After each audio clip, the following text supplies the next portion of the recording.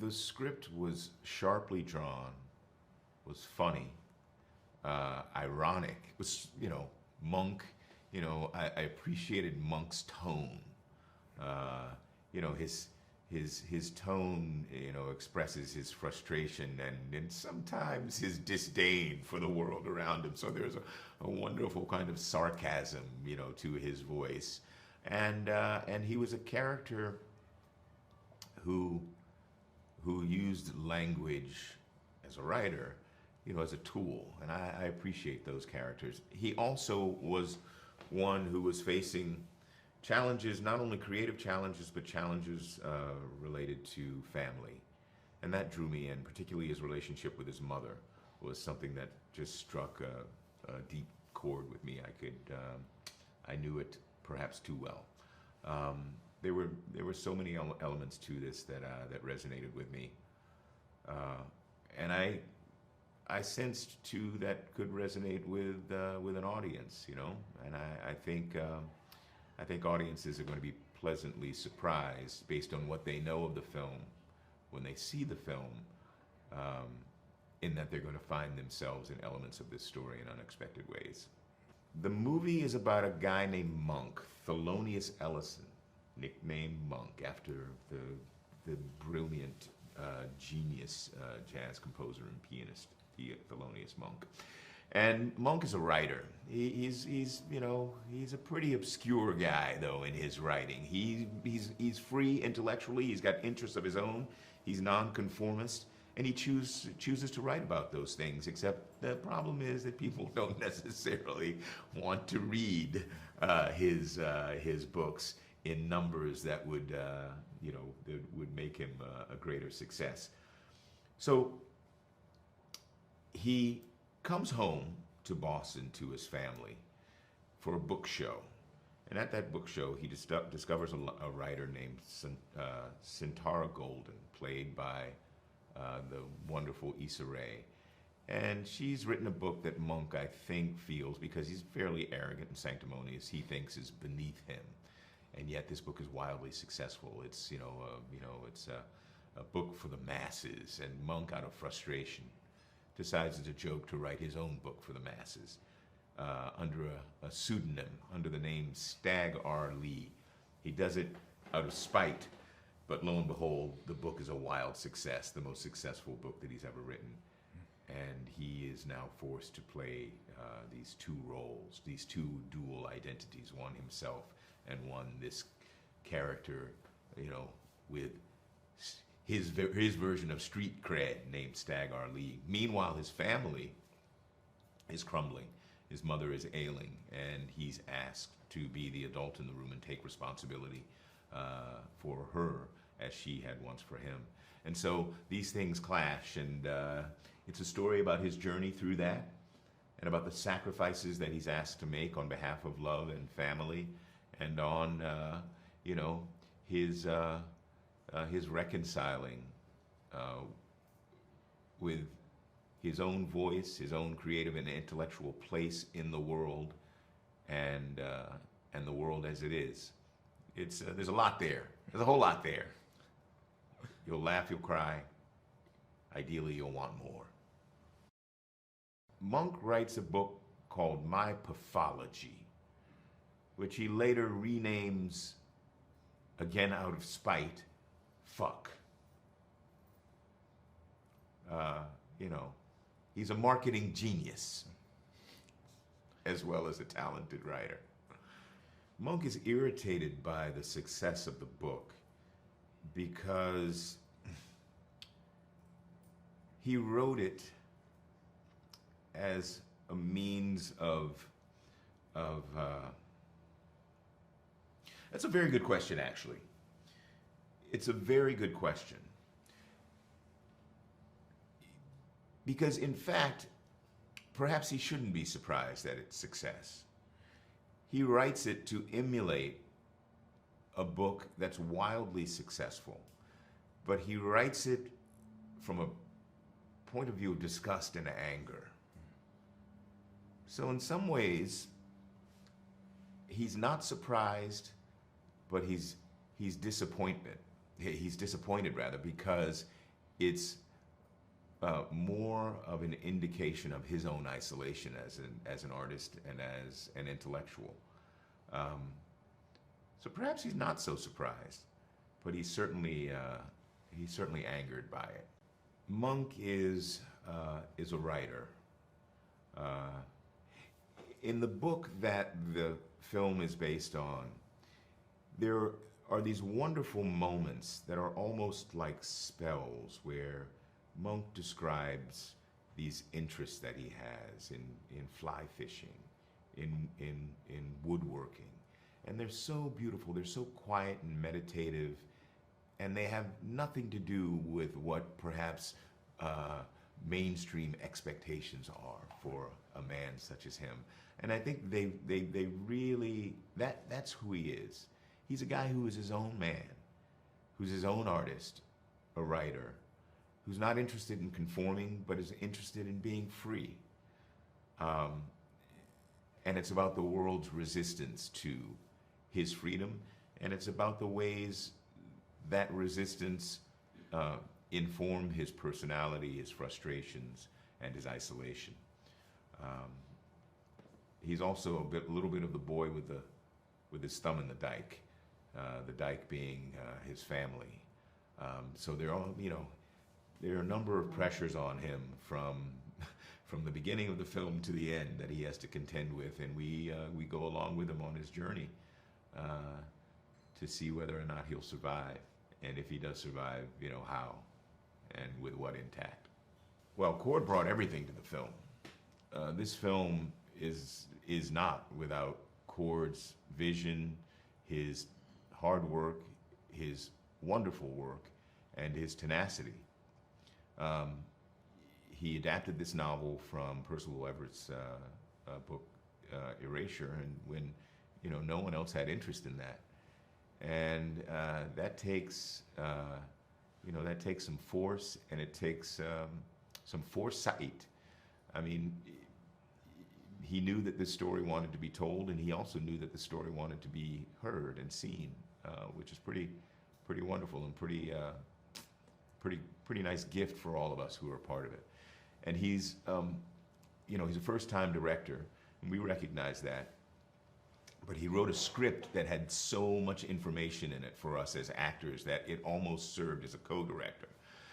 When Cord was on set, I never really had a question to him, as to what anything meant, because it was so clear.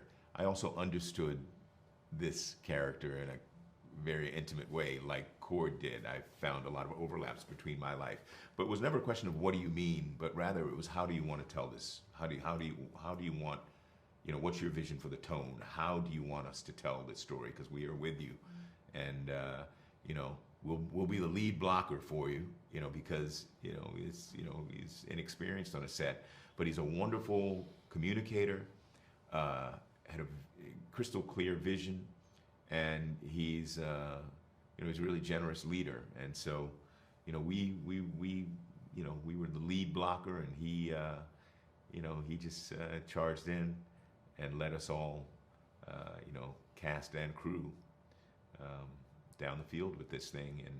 And we had a sense when working on it that we might be making something pretty good, might be making something special.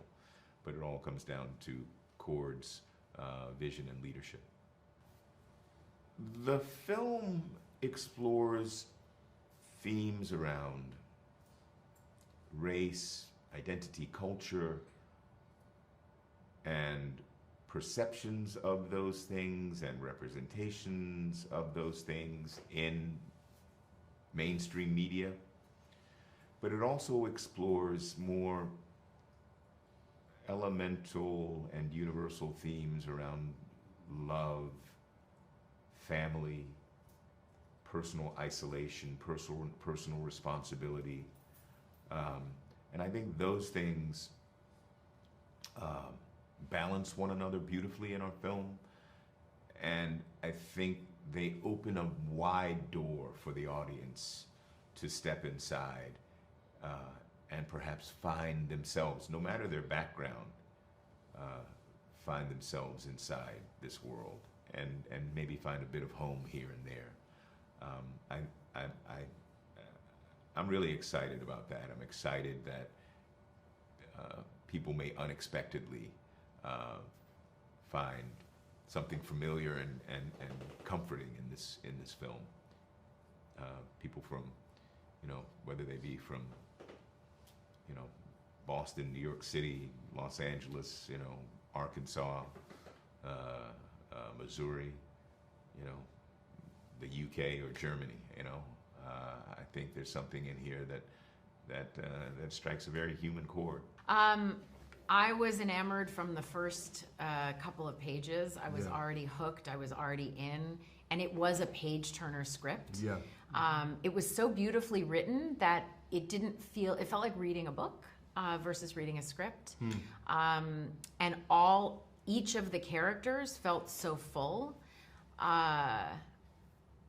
I also had never read a story like this. I was grateful that I hadn't read the book because it gave me fresh eyes to read the script and sort of respond to it like that. What I was excited about in terms of Lisa is that first and foremost, she was a Planned Parenthood doctor, and that in and of itself, and to bring her to screen felt important to me, especially in the dynamics of this family and as a Black woman in this day and age. Also, her role in the family and the fact that she was doing all things for all people selflessly and filling in all the gaps and all the spaces that no one else was holding reminded me of so many Black women in the world, and I felt like it was an important space to share. Yeah. Nice. Let's see. I think the first thing that sort of got me is like, so we want to, they're offering you this movie, it's called Fuck. Yeah, I think that also got And all I was of us. like, what's it called? I'm sorry, what now? And I was like, well, let me see what this is all about, right? So I was reading it, I was like, fuck. Fuck. You know what I'm saying? Like each page. I was like, and it was us, it was Black folks being seen in a way that we don't tend to get seen on the big screen. It made me laugh from beginning to end. Yeah. It felt like an opportunity. Similar to how I felt when I first read Black Panther. It was like, I feel like this is something, a moment in the culture that things could shift, right? And I was like, how can I be a part of that? Because Cliff was a great part. And people were trying to tell me, they're like, well, maybe you want something bigger or whatnot. And I was like, no. There's nothing small about him. The screen time may be whatever it is, but he's important, and he is so different than what people are accustomed to seeing me do, and someone is offering to see me, right, in another way, that I felt honored to have been asked. There's also knowing that Jeffrey Wright was attached to it. That definitely was a big draw. You know, we had Issa and Tracee and Erika, and just like a marvelous cast of human beings whose work I have appreciated for a long time. Not enough times, I feel, do you get a chance to see an ensemble pop, because ego tends to get in the way of like, what's the billing or what's this? I was like, I just want all the dope people to come together and make something that's beautiful, because it used to be like that more when we were younger. There would be these wonderful like ensembles. I want to bring that shit back. Yeah, I have to say that this idea, I remember hearing this early on in my career, there's no such thing as a small role. Yeah. Only small actors. And it also has to do with the material, though. Yeah. You know, yes, you can inhabit something and breathe life into it and give it something big, Cord did an incredible job of writing female characters as full human beings that have their own point of view, their own lives. You know what's happening off screen by how they appear on screen. Right. And it was a joy, even though there was limited time on screen, for me to fall into that. Title of the book is My Pathology. Pathology. Not pathology. My pathology. Because he's so frustrated with what he considers to be consumable for a white audience regarding the Black experience, right? And it oftentimes tends to be things that suffer, or that focus on our suffering, right? And he's saying that it sort of diminishes the birth of our experience. and that when white folks tell stories about suffering, nobody equates that story with the totality of their existence. Whereas our stories, we don't get as many opportunities, so they think that's all of who we are. And it's all that is expected or wanted from us. So in a fit of like anger, he's like, all right, I'm gonna show you, if you want suffering, I'm gonna show you suffering. And by the way, it's a great scene. Keith David and Oak. First of all, also that, yes, on the page, but the way that was done elevated that to an entirely other level. I was like, I did not know this was going to be done like this. I'm going to give you another one. Get this. I heard he had like some sort of eye infection, and that's why there's an eye patch. Oh, that's brilliant. You know what I'm saying? I was like, I could not have seen it any other way. Oh, no, it was so brilliant. Perfect. Yeah, perfect. No, first of all, this movie is filled with so many different perfect moments that you could lift it out and you would be like, that's amazing. Its own thing. And then, but it's all strung together and woven together in this beautiful cinematic way that, I don't know, he hit a perfect pitch. Agreed. I think there's it's a universal family story. Absolutely. Of the dynamics between siblings and aging parents.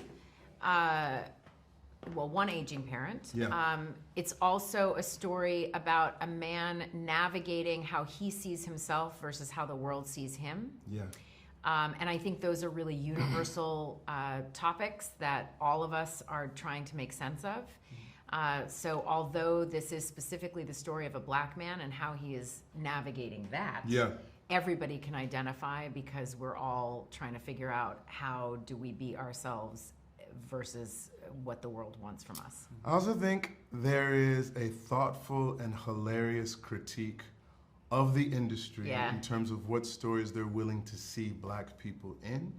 And I think if this movie is successful, right, I think it sort of opens the door of saying that, like, not only are we looking for specific stories that have a universal appeal for everyone, but these stories make money.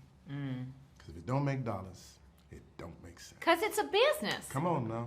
Hollywood is a business. You know, it ain't show art. No, it's showbiz. Showbiz. I loved the script when I first read it. It was funny. It was laugh out loud funny. Not everything is. It's a very hard thing to do, and I was really glad to be the one he was talking to about playing Coraline, this lawyer who was newly divorced and was going to be the love interest to the lead, Jeffrey Wright's Monk. That was a big deal, and so I was glad. American Fiction is about an author who doesn't seem to be making much progress in his career, and he's frustrated. He's frustrated because he can see others who he doesn't deem as talented or intellectual or working as hard being very successful. And so what is he willing to do to be popular? Because he doesn't feel like he can have impact if he's not popular. And so this is about that, but it's also about his life simultaneously falling apart and making a whole sort of a new version of himself. Monk is a curmudgeon, and he's also a brilliant writer and author. He's son to woman, his mother, who is having dementia and is failing. He's already lost his father previously. His brother has decided to have a meltdown and reevaluate who he is and in the world. And his sister hasn't taken care of herself as much as she needed to because she was taking care of the mother, and of course she pays the price for that. Monk comes in at that point, and all this local weather, everybody has their different local weathers happening around him, and he can't remain in a silo, and he would like to be alone. He probably would not like to deal with this, but he can't. Why Jeffrey Wright needs to be in this and is perfect is because he's a hammer. When you're trying to build something as big as this and as delicately, you need somebody who's a hammer, and no one can say that Jeffrey Wright is not only a great architect, but he's a great builder. Why is Monk bothered by the book's success? Because it's not who he is. He was doing it because he was angry. He was frustrated. He did it as, on a lark. And he can't imagine that doing something that took him a few evenings turns out to be more seriously entertained and vetted than something that would take him months or years. He's not only frustrated, he can't believe that, but he's like, how did this thing that was in me suddenly become me? That's freaky. So Leslie Uggams plays Agnes, his mother, and she's failing. Her health is failing. She's having dementia. She also has 2 sons that need her very much to be herself, and she can't be there for them in that way, but they also need to take care of her now. She's the caretaker, and now they have to take care of their mother. That's going to be difficult. She's played wonderfully by the great Leslie Uggams, who has been in this business for over 75 years, had her own show on CBS, everything. She gets her flowers in this movie. Cord Jefferson is a genius for casting her, but it just shows us how many great pioneers and true icons are still among us and able to work, so I'm glad for her. Tracee Ellis Ross plays Lisa, and Lisa is his sister. She's a doctor, and she's been taking care of the mother for a long time, and it's taken our burden on her. And so we see what it does to her, and the relationship between her and Monk is actually a beautiful one. They're a great brother and sister, and she understands her brother, but she's also been overwhelmed. Sterling K. Brown plays Cliff. Cliff is a hot mess right now. He's a doctor, so that means he's very disciplined and accomplished a lot in his life. But he's not feeling himself right now either, and he's experimenting. It's not that he doesn't know who he is. He doesn't think he's been allowed to be who he really is, and it's taken a toll on him. And right now he's angry, and like the zeal of the convert, everyone is in his sights. He's taking it out on everyone, but he's just trying to explore who he is and give himself permission to do it. Cord Jefferson's superpower and strength is his ability to be honest and vulnerable, but also confident, all at the same time. And if you look at him, he stands like the captain on a ship, or even like a dancer. He stands in second position, and he even puts his hand behind his back. He was there filming in Gucci slip-ons on the beach, and I kept looking at his feet like, I can't believe he's about to ruin them shoes. I even said something, but he didn't care. He was there with a black trench coat and looking like he was looking into the future. And yet you could see that he wasn't sure how to get there, but he knew he had a good crew, not just around him filmmaking-wise, but also cast as well. He knew he had created a sound ship. Percival Everett wrote something that not only inspired him, that created a catalyst for him to expand his skill set. He was a writer, accomplished with awards, and he wants to be a director. And I think not only did he pull it off, he pulled it off without having to serve up a false version of himself. You could see that he was anxious to do well. He didn't hide that, and everybody wanted him to do well. So it's fantastic. I call him Cap now. That's the captain. The themes are identity, love, relationship, power, loss, grief, and who gets to be American and how.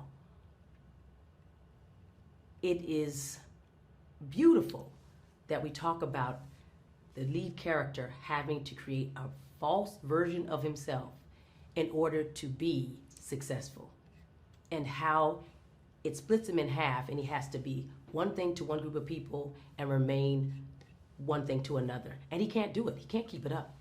At one point, the two are going to have to meet, but how and when? And what has he lost? What kind of, does he still have integrity? Can he have integrity with that? He has a conversation that's great with Santara, with Issa Rae's character about it. And it's a beautiful conversation. It's perhaps the thing that's should be the theme and the linchpin of the entire film rest on their conversation.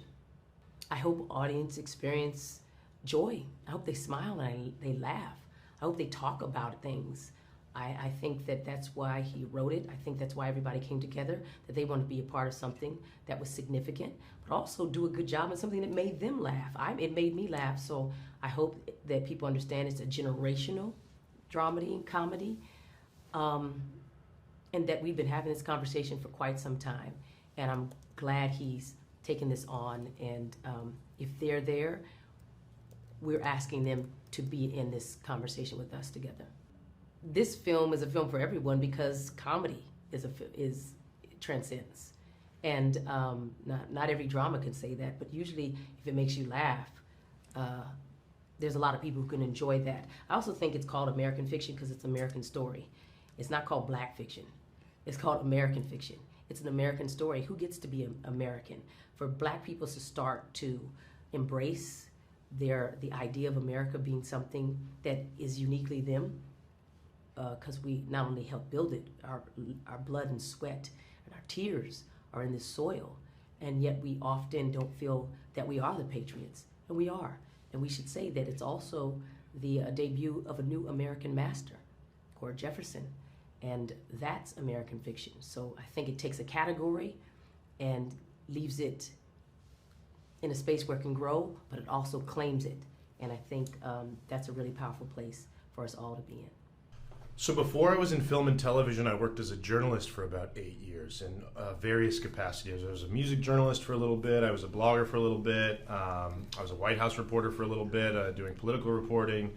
I was just kind of a jack of all trades in that industry. And then I always sort of had an interest in film and TV and always thought that I might like to pursue screenwriting one day, but I didn't really have any idea how to break into the world. It's, it can feel like there's a lot of obstacles to getting into entertainment if you're not in entertainment already.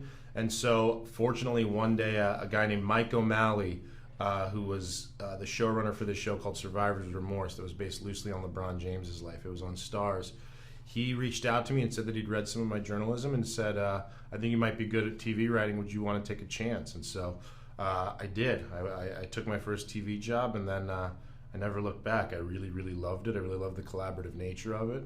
And I just went from there. When I read Erasure by Percival Everett, it resonated with me deeper than any piece of art ever had. And I think that was because, it wasn't just because the professional themes of sort of the limitations that people put on Black writers and creatives of color and sort of the limitations that people have about what our lives look like. It was also because there was a lot of family themes that were going on in the book that really resonated with me. The book is about siblings and sort of, I have 2 siblings, Monk has 2 siblings, and, the dynamic of those siblings sort of felt similar to my dynamic. The book has I don't want to spoil it, but the book has issues with the mother that really sort of felt like issues that I had with my mother.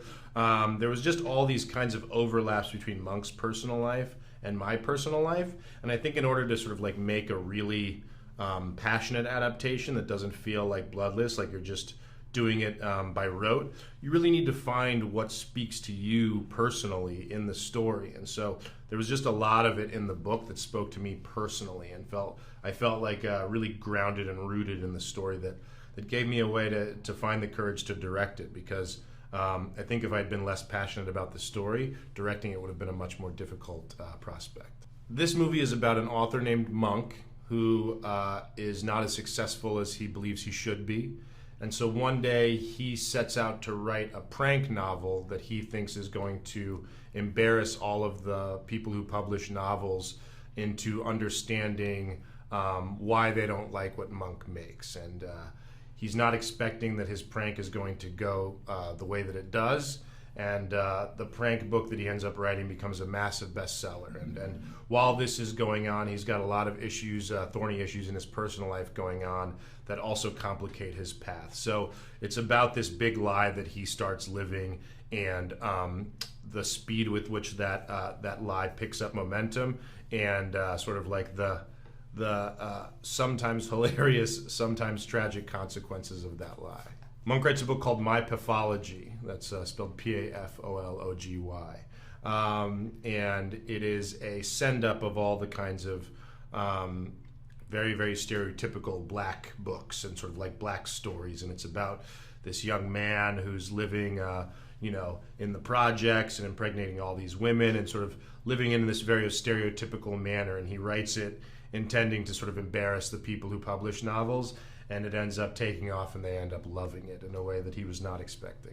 Monk is bothered by the success of My Pathology because he feels like he's contributing to the decline that he sees in sort of American culture. I think that it frustrates him that people aren't able to see through the sort of ridiculousness of it. But I think it also frustrates him that he is requiring the money that the book is providing. I think it puts him in this very difficult place. He's got things going on in his personal life for which he needs a lot of money all of a sudden, and I think that he's frustrated that he needs to sort of quote unquote sell out in order to sort of in order to make the money to solve the problems in his professional life. And so I think on the one hand he's frustrated that the book is becoming successful, but on the other hand I think he's frustrated at himself that he seems to be participating in this success. Monk is this kind of lovable grump, right? Monk is this kind of guy who is pugnacious and argumentative and constantly battling with everybody in his life. And yet at the same time, you sort of see the hurt that's underneath that anger that sort of allows him to sort of ingratiate himself to you. You sort of see that this is a guy who's in pain, and that's why he lashes out the way that he does. And I think that what Jeffrey brought to that character is it's difficult to play a lovable grump, right? Because if you err too far on the side of grump, then people can sort of not root for you because they think, well, this guy's a jerk, I don't care about him. And I think that the thing that Jeffrey does so well is does this balancing act between being a grump, but also sort of like earning your love and earning your respect and admiration along the way. You know, I think we all have these kinds of people in our life who are maybe pricklier than we are, and yet we love them because sort of like we see behind sort of that facade and sort of understand what's actually going on there besides just them being a jerk and rude. And so Jeffrey just has this real authoritative voice and presence, and sort of he feels very much like a college professor. He's sort of very intelligent.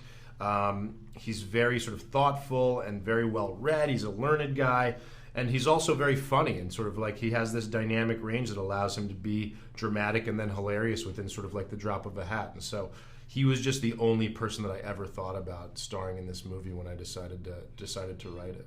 Thanks for watching. Make sure to like and comment on the video if you enjoyed it. Subscribe to the channel and hit the notification bell to be notified when new videos are released.